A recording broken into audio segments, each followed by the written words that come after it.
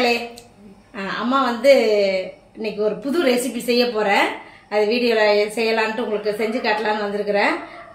என்ன அப்படின்னாக்கோ காளான், சிப்பி காளான்னு ஒன்று இருக்கு இல்லையா, உங்களுக்குலாம் தெரியும். இருந்தாலும் நாங்கள் இன்னைக்கு தான் செய்ய போகிறோம்.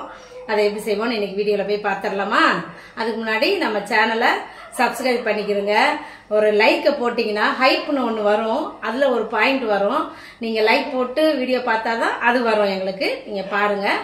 நம்ம இப்போ வீடியோக்குள்ளே போகலாம். சூப்பராக அழகாக இருக்குப்பா. என்னது சிப்பி காளான்றது செம்மையாக இருக்குது. அப்படியே மயில் தோகை விரிச்ச மாதிரி பூ மாதிரி இருக்குது. இந்த காளானையும் சாப்பிட்டு பார்த்துருவோம் நம்ம இப்போ செஞ்சு.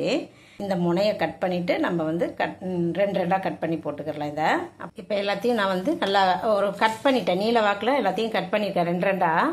அதுக்கு இப்போ நம்ம மஞ்சத்தூள் கொஞ்சம் சேர்த்துட்டு நல்லா ஊற வச்சு கழுவி எடுத்துடலாம். எப்போவுமே மஞ்சத்தூளும் கொஞ்சம் உப்பும் சேர்த்து கழுவுனா சூப்பராக இருக்கும். எந்த கிருமி நாசினிகள்லாம் இருக்காது. க்ளீன் பண்ணிவிட்டு நம்ம சமைக்கலாம். உப்பு கொஞ்சம் போட்டு தண்ணி ஊற்றி நல்லா அப்படியே கழுவி எடுத்துடலாம். மஞ்சள் உப்பு தண்ணியில் ஊறட்டும். நல்லா ஊற வச்சு நம்ம அலசி எடுத்துடலாம்.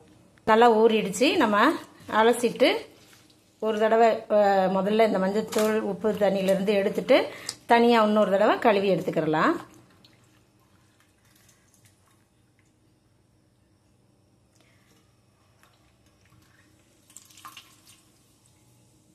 சூப்பராக இருக்கும் இந்த மஷ்ரூம் சாப்பிட்றதுக்கு. அதாவது சிக்கன் மட்டன் எப்படி இருக்கோ அந்த மாதிரி டேஸ்ட்டில் நம்ம செஞ்சு சாப்பிட்றலாங்க.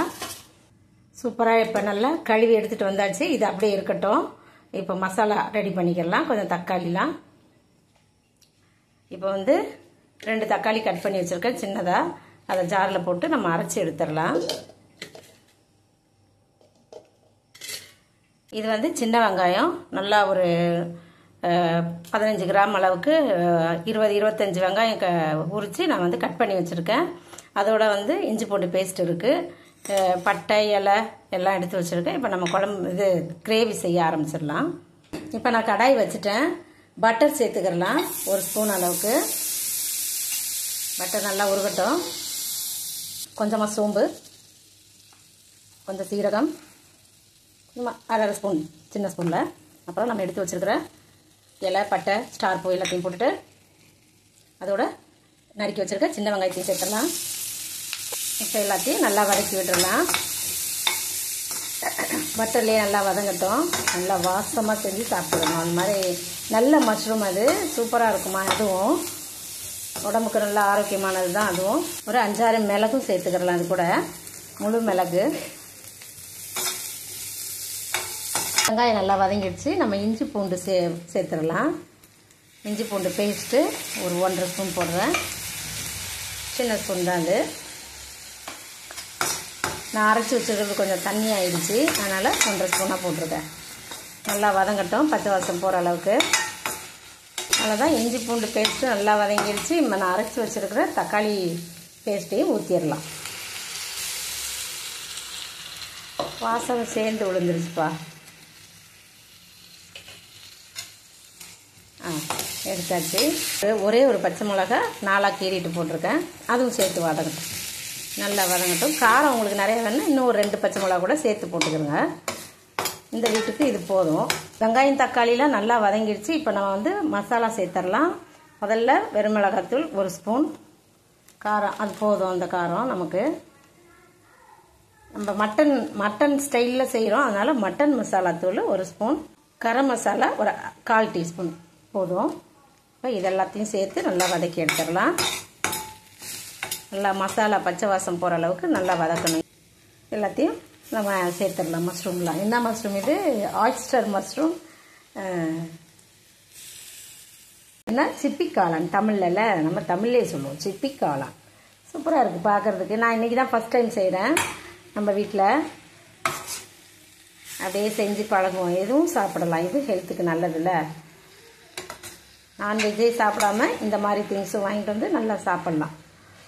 சாப்பிடுங்க எல்லாரும். ஹெல்த்துக்கு தேவையானதெல்லாம் நல்லா சமைச்சு சாப்பிடுங்க. நம்ம வீடியோவை பார்த்து செய்யுங்க. தேவையான அளவுக்கு நம்ம உப்பு சேர்த்துடலாம். நம்ம தண்ணி ஊற்றக்கூடாது. அதில் தண்ணி வரும். தண்ணி ஊற்றாமல் நம்ம இதை வதக்கிட்டு அதுக்கப்புறமா நமக்கு எவ்வளோ தண்ணி தேவையோ கிரேவிக்கு தேவையான அளவுக்கு தண்ணி சேர்த்து இந்த தக்காளி அரைச்சி வச்சோம்ல அந்த தண்ணியை கூட ஊற்றி நமக்கு கிரேவியாக வச்சுக்கிடலாம். கொஞ்ச நேரம் நல்லா வதங்கட்டும். பார்த்தீங்களா எவ்வளோ தண்ணி வந்திருக்கு பார்த்தீங்களா? நம்ம தண்ணி ஊற்றாமையே நல்லா புளிஞ்சிட்டு தான் போட்டேன். ஆனால் அது தண்ணி சத்து உள்ளது, நீட் சத்து உள்ளது. நீட் சத்து, நார் சத்து, எல்லா சத்தும் இதில் அடங்கியிருக்கு. அதனால் இப்போ கொஞ்சமாக அந்த அலசின தண்ணியும் இதில் சேர்த்து ஊற்றிடலாம். வெந்து சுருண்டு வரட்டும். நல்லா வெந்துடும். 5 நிமிஷத்தில் வெந்துடும். இப்போ நம்ம மூடி போட்டுடலாம். நல்லா வேகட்டும். சரி, இப்போ ஓப்பன் பண்ணிடலாம். நல்லா வெந்து சூப்பராக நிற்கிது, அருமையாக இருக்குது. இப்போ இதுக்கு மேலே நம்ம கொத்தமல்லி கொஞ்சம் போட்டுட்டு, உங்கள்கிட்ட இது கஸ்தூரி மெட்டி இருந்தால் கூட அதுவும் போட்டுக்கிடலாம். நீங்கள் செம்மையாக சிப்பி காளான் ரெடி ஆகிடுச்சு. இப்போ நம்ம சாப்பிட ஆரம்பிச்சுக்கிடலாம். சிப்பி காளான் செஞ்சுருக்கேன், கிரேவி. சிப்பி காளான் கிரேவி சாதத்துக்கு போட்டு சாப்பிட்லாம். அழகாக இருக்குல்ல? அது ஒரு பார்ட்ஸ் வச்சுக்கிடலாம்.